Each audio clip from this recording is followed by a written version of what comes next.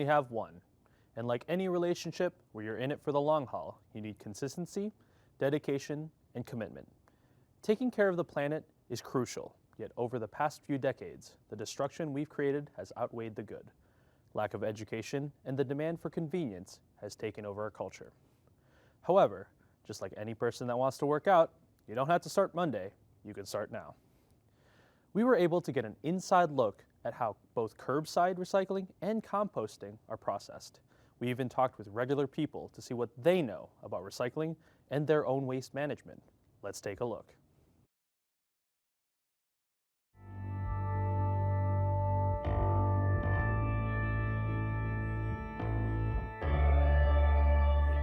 You know, if you're watching this, you probably are aware that there's an environment problem going on right now. So it's important to try to produce less and use what we have. You see too many videos of animals having straws inside of them when they shouldn't be. There's a crisis going on, it seems like, on the planet, and I just kind of want to do what I can on an individual level. One of the reasons that I recycle is that I'm hoping that some of this waste that we produce gets used again, so that our landfills don't get too filled up, because there's so much going into them.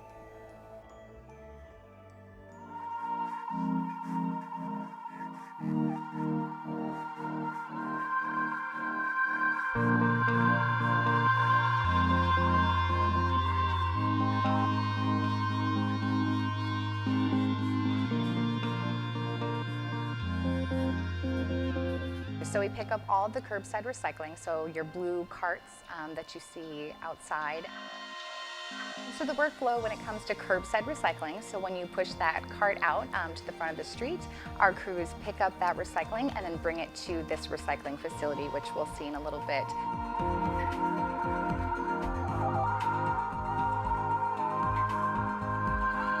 And then at this facility, the materials are sorted into their different types, baled, and then shipped to mills for the next step in that recycling process.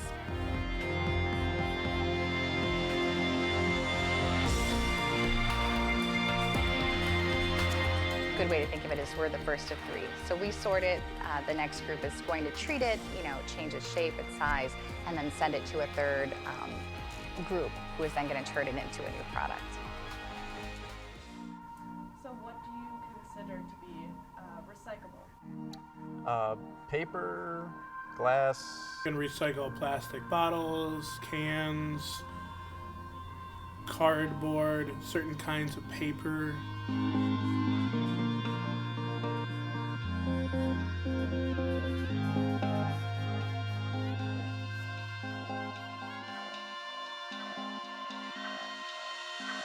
Glass containers we accept, plastic bottles and containers, and you can keep the caps on. And then your cardboard boxes, we just ask that the boxes are broken down. That not only helps us save space in the trucks, helps the drivers actually get them into the trucks. It's actually really helpful if you keep your recyclables full size, because in the recycling facility there is equipment that sorts paper, because it is flat, away from containers which are 3D. So it's kind of an interesting piece of the recycling process, that shape and size kind of matters now that it's commingled. For plastics specifically, we do ask that you rinse them out, keep out food waste, keep out any beverages, because we do have equipment that uses a laser. So the materials are being sent through on a belt, and then light is shown at the materials. And based on how quickly that light bounces back, that machine can tell what type of plastic it is, if it's a number 1 or a 2 or a 5 or something else. So it's good to keep materials out of those containers so that it can read appropriately and sort them. I feel too, it's just common sense that you can't have recyclables with food and garbage in them.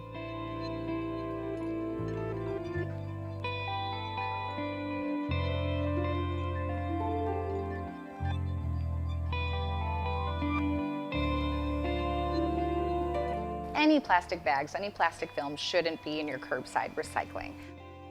But something we do see a lot of are bagged recyclables. So trash should be bagged, right? So you keep it together when it goes to landfill, it doesn't blow away. But recycling, we want you to keep it loose. So in our kitchen, we keep a bagged container and then we just dump all those materials in the cart and reuse the bag. So it's actually a really good tip also to see if you're rinsing your recyclables enough, because if that bag is clean and you can reuse it, you're doing a really good job. So plastic bags are a big issue for us. They do tangle up the equipment and we have to shut down the process. Propane tanks, we still get a lot of those, believe it or not. So propane tanks are not recyclable curbside and can cause fires and explosions. And you'll see that around the state and around the country. Those are very dangerous. The same with phone batteries. Those can also cause fires for us, and because they're so small, they're very difficult for us to pull off the line.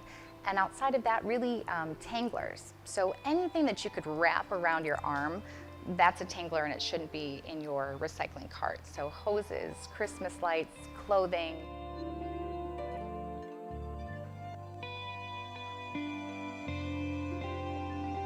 High density polyethylene or polyvinyl chloride, low density polyethylene. Polyethylene, terephthalate, Low density polyethylene, polypropylene, polystyrene, other. So all the plastics, you'll see that they do have numbers on the bottom, and those are resin code. So that explains what kind of resin is used to make that bottle. And because they are different resins, they're different types, they have different abilities to be recycled or not to be recycled and used again. And another way to think about it is paper. So when you have a sheet of paper, just one whole piece, it can be easily recycled. But when you shred a piece of paper, you're now cutting up the fibers, making them smaller, and so you don't get as many, it can't be recycled as many times. And so you see something kind of similar in the types of plastics, just that some are a little bit more durable of resins, and so they can be recycled maybe a larger number of times, or they can be recycled to make different things. But if you already have a different kind of resin that maybe doesn't hold up in a new product, it doesn't make good bottles, or sometimes you're even making piping with some of those plastics. So it's really about the durability of those materials. But something that you can do, and we can all do when we're going to the store, when we're buying different products, is checking that resin number on the bottom and trying to purchase those items that we know that we can recycle and keep in the system, and try to say no to those materials that can't be recycled. And that tells those manufacturers what we value as well and what we want in those materials. We're reducing and we're reusing, just stopping the need for some of those single-use materials where we have to pull new raw materials out of the ground or cut down trees or use space. So really being able to use what we have. And the same goes for recycling. If we've already created a water bottle, if we've already created a cardboard box, being able to reuse it again and keep it in the system, allowing us not to pull on our natural resources. So it's just a really efficient way to sustain what we have. And that's why I think reducing and reusing and composting and other types of things are also extremely important.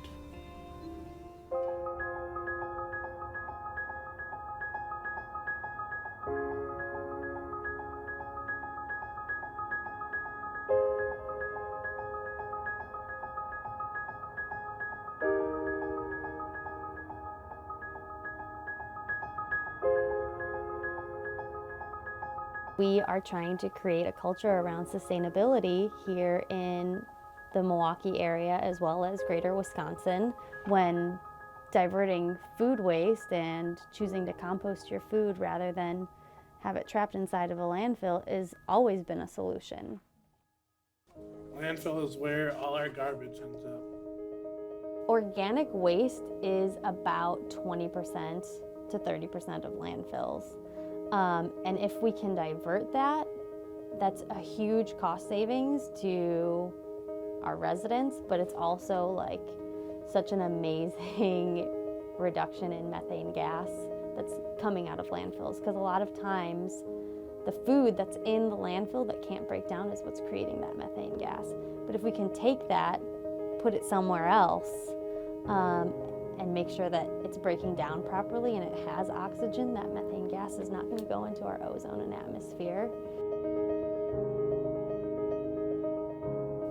example, like our landfill's cap, and the closest landfill is 30 miles away, the taxpayers are going to be the one that get probably charged a higher tipping fee at that landfill, and they're going to be the one that's saddled with the cost of the extra fuel and mileage to get the trash to that area or that landfill, as well as the cost of workers to transport it, because there's no such thing as a way, which is one of my favorite things to think about. Like, where is a way? When you throw something in the garbage, then where does it go?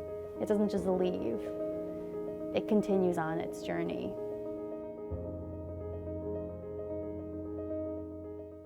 Now that we have a better understanding of how our waste and recyclables are processed, I would like to focus on the reuse in the 6 R's of recycling. One way to divert waste from landfills is to purchase used items rather than buying brand new. For example, buying clothes and other household items at a thrift store. Instead of throwing out unwanted items, you can donate them. You can also be creative and craft them into something else. It's more than likely that you have a plastic bottle laying around. They're literally everywhere. So here's one from a generous manufacturer, and we're gonna turn it into a small holder for gifts, like this. So what you're gonna wanna do, you're gonna cut this plastic bottle at the top, right here.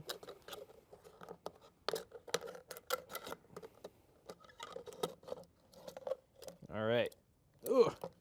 Let's get this cap out of there.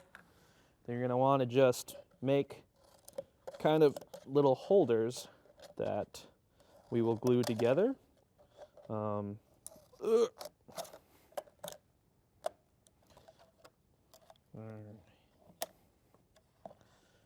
you're gonna wanna make this kind of triangle pattern right here that I'm making right now. And then we're gonna just bring them together so that you can hold some fun gifts for whoever. Put some candy in there or other goodies if you'd like. All right, so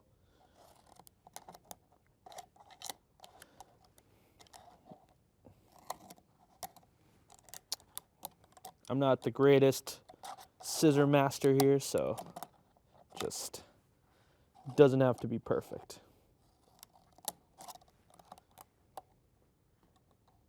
All right, so now we've cut off these plastic bottles and made little holders. So you're gonna take some hot glue, you're gonna press them together like so. All right. Then you're gonna hold them together, hot glue, and then you can make a little holder for gifts, and you can put different types of candy like we show here. And what's cool is that this little bow up here is actually made with a plastic bag. So, you know, you can make a little fun gift / craft if you, you know, want to reuse your plastic bottles. It doesn't always have to go in the trash or recycling bin. So, you know, you can make a use out of them. All right, so keeping on the theme of plastic bottles, we're going to be using another one, an old lotion bottle, so that we can make a hanging phone charger. So we got a lotion bottle right here, and we're just gonna cut off the top right now. All right.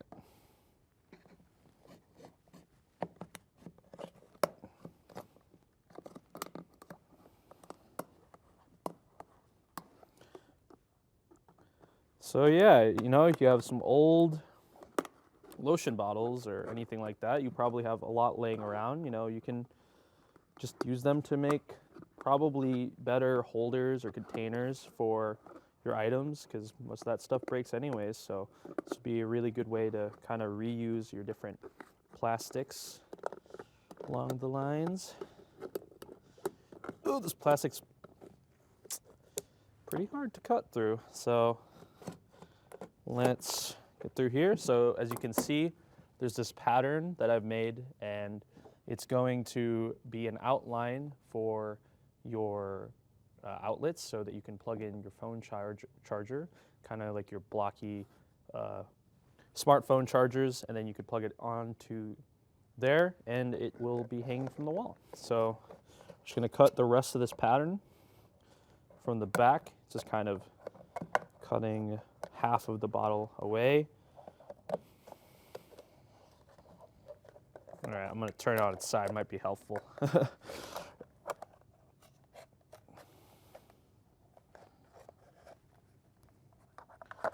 I mean, these are pretty easy to make. I mean, I'm no craft expert, but you know, a lot of this stuff you can look up online and make really interesting crafts.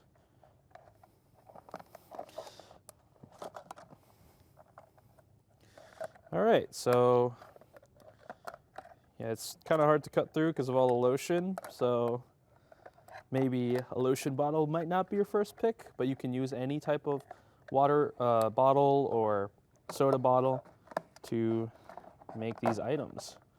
So, all right, there we go. I'm just gonna cut around.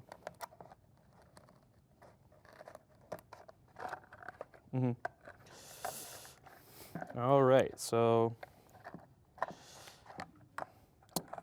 might need some time for these because this plastic for lotion is pretty durable and hard. As you can see, that was pretty hard to cut through, so it might be a good holder so you can put your phone in here or any other items, kind of like this paintbrush, and you can hang it from the wall.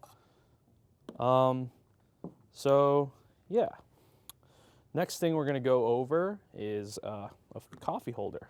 If you got some spare fabric and some buttons, you can make that. So right here we've got a coffee holder or cup holder, and you can just reuse these things that you have around the house, like maybe an old t-shirt or something along those lines.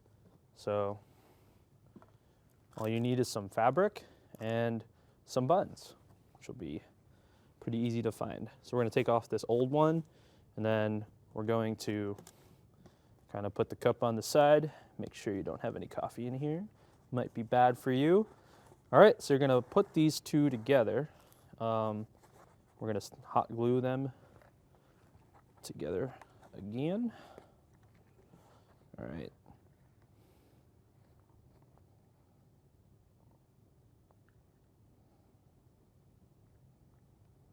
All right, so you just hot glue these two pieces of fabric together. And I mean, it doesn't have to be this black fabric, you can pick an old t-shirt or anything along those lines, kind of make it your own. So you're gonna hold it together for a bit, and then you can use these buttons right here to kind of make sure that it holds in place and makes a little, to hide that seam that you made. So I'm gonna glue this button on here.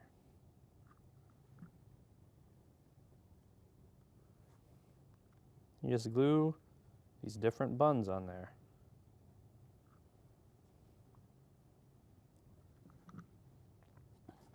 Like that. There's different size buttons in here, so we got some variety.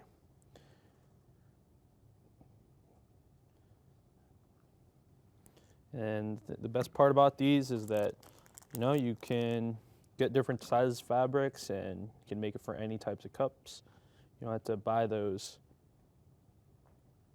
different types of cup holders that might break really easily. Or you could just replace it with a new one.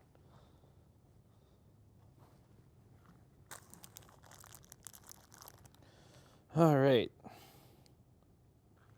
So many buttons. Lots of hot glue. All right, so now we've got a little nice cup holder. It's not the prettiest because all the hot glue, but it works. Haha, now I can hold my coffee. All right, so next thing is, this one's for the kids. Remember lava lamps? Probably don't, but they still exist. You got a makeshift lava lamp. So what you're gonna need is some water, some cheap cooking oil, and some food coloring. And last step, you need some anti-acid. So you're gonna mix all these things together, and then you're gonna put the anti-acid in the bottle. So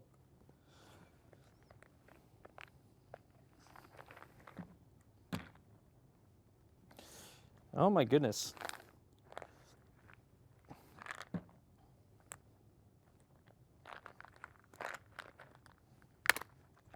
All right, brand new anti-acid. So now we got our anti-acid. Gonna put it in there. It's gonna start moving around.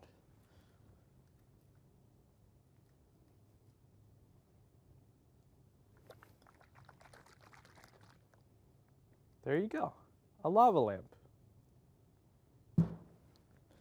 All right. Now you've got a cool little lava lamp to take you back to a time you weren't born in. All right, nice. So next thing is that we're gonna use some containers to make some, to make new containers pretty much and make them your own. You got some old pill bottles, you can paint over them and, make kind of a new container. So, you don't just have to throw these out. They can be great for, storing different things, maybe different vitamins or thing along those lines. So, voila, painted over them, they're brand new. So, all right, and then cardboard. You've got a lot of cardboard. You probably order a bunch of stuff, and you can make different things out of them. They're pretty strong and durable. So, here we made a table. Currently I have no furniture, and I'm probably gonna take this home and use it. So, it's pretty awesome. Also, probably have a pet, dog, cat, raccoon, I don't judge. So we're gonna try to reuse these old milk cartons to, make a nice little holder for all of your food. I've seen a bunch of dog bowls. They're all kind of boring. Here, you could make one every week if you wanted to. So we're gonna put this milk carton that we've cut out the bottom out here, the little hole right there, and just simple cuts like that, and you can put this in there. Ooh. And there we go.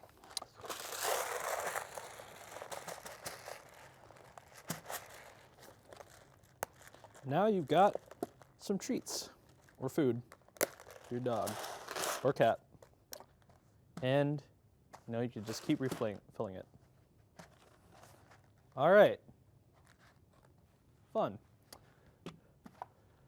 Okay, so the next thing is, you can use old cans, chicken noodle soup or anything like that, and make some different containers from them. Here I used a pencil holder. I made it into a pencil holder, and I just hot glued, theme of this show right here, hot glue, and hot glued some cardboard in the middle. And now you've got a separator for your pencils or scissors or anything that you want to use as a container from. And then if you have some old wrapping paper, you could just wrap it around here and hot glue it again. And now you've got, a fancy pencil holder. Doesn't use any plastic, and it's probably going to hold up longer than anything else that you could buy at the store. So, and then you can make any combination of different things for your household items. Over here we've got different kind of lanterns or metal kind of items that we've made from different bottles. So I want to give you, the viewer, a challenge. Think of something you buy frequently and try to see if you can replace it, with an eco-friendlier product. Look for recycling symbols and try to only buy products that are recyclable in your area. Remember, the best way to divert your waste from landfills is to simply not send it there in the first place. Not only does being conscious of your waste help to keep our planet healthy, it even helps save you some extra money along the way. So learn to properly recycle in your area and make a point to reuse. A long sequence of thoughtless delusions has led us to where we are now. The drastic climate changes, the destruction of our great natural habitats, pollution, and so much more. If we have to reverse any of this, we have to realize that it's the small consistencies that make a great impact. Share your knowledge and ask yourself when enough is enough.